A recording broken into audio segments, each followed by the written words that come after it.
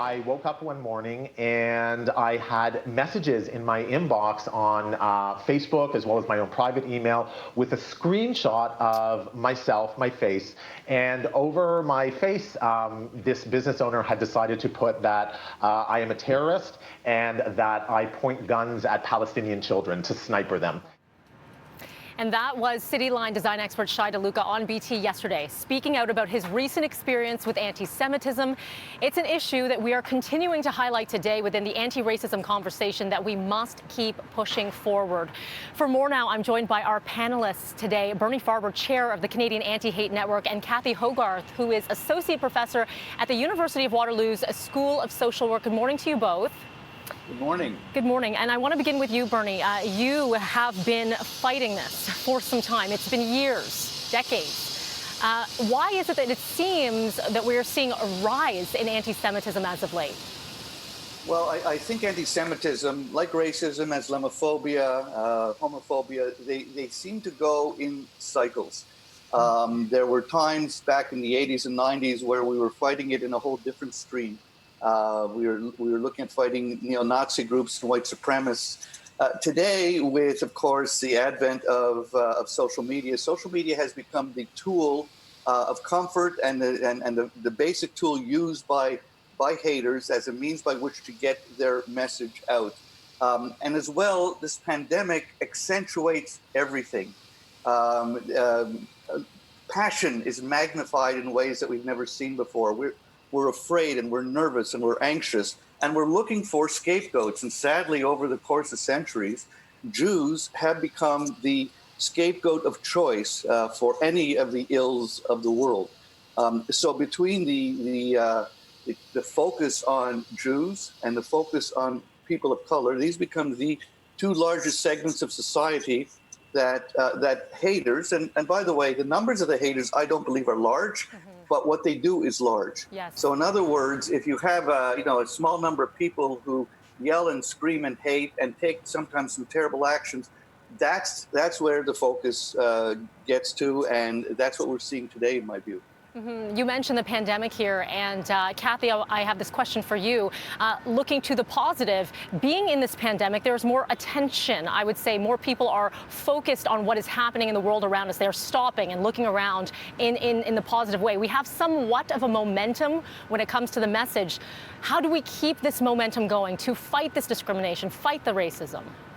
Yeah, I think keeping momentum is critical. We can't change racism without awareness, without keeping this momentum going. And so there are practical things we can do. One of those things, for instance, really simple. Think about it. Saturday is Emancipation Day. Do some research. What's emancipation about? Why was there a need for emancipation? Emancipation for whom? So do some research, get active, get into your communities, ask the questions, do some homework, really do some work. Talk to folks who may have lived on the other side of your experience, whatever that experience is, whether it be with racism, Islamophobia, homophobia. Do some research, change your proximity. When we talk about these incidents that we see, these hate incidents, police, this is where they get involved in a lot of this. And there has been some criticism on whether or not they're taking the right actions. And some people are afraid to report, or maybe they don't think enough action is done on behalf of the police. This is both to you, Bernie and Kathy. Maybe we'll begin with you, Bernie, on the role of police. And do you think that reform should be underway on responding to these sorts of incidents? So these are two different questions that you're asking me.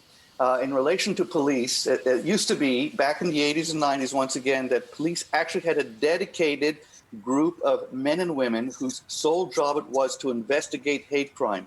And they gained the trust of the community. People knew who to report crimes to. They felt a comfort level, and these men and women who did the investigations had a special expertise. A number of years ago, the Toronto Police Service and many other police services actually got rid of that, probably for budget cuts.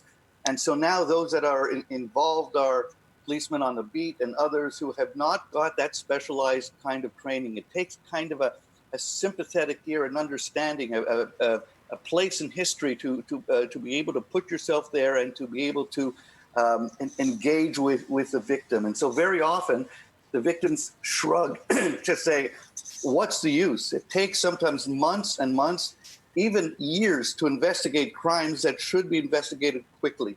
And again, on the other hand, in terms of police reform, there is so much happening in relation to the manner in which police deal with people of color. And there is a great fear and a great anxiety around police, and I get it. And I think lots of change has to come. And we're seeing it happening now. We are seeing it happening, but it's going to take a lot more time before I think people clue into what's going on and how best to deal with this properly. I think when we think about police reform, we have to understand the history of policing. And part of the history of policing has been to police race, to police bodies like mine. Part of policing has been to police poverty, and that's historical. We cannot, if history has taught us anything, it has taught us this. Issues like race, like poverty, homelessness, and mental health cannot be policed. They do not need a militarized response. And so we have to find other ways of responding to these critical issues.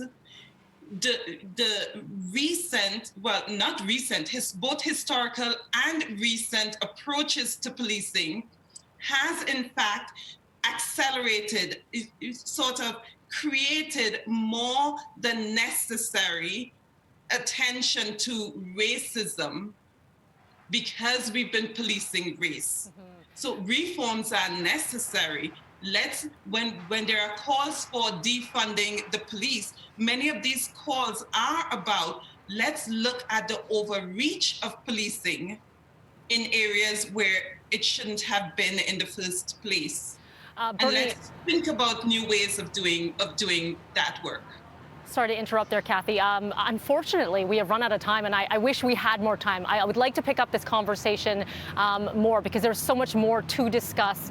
But we appreciate you both joining us for this panel today. And let's keep the conversation going. Let's get the action going as well with that and the education. Thank you to you both, Bernie and Kathy. Thank you. I look forward to it. Thank you.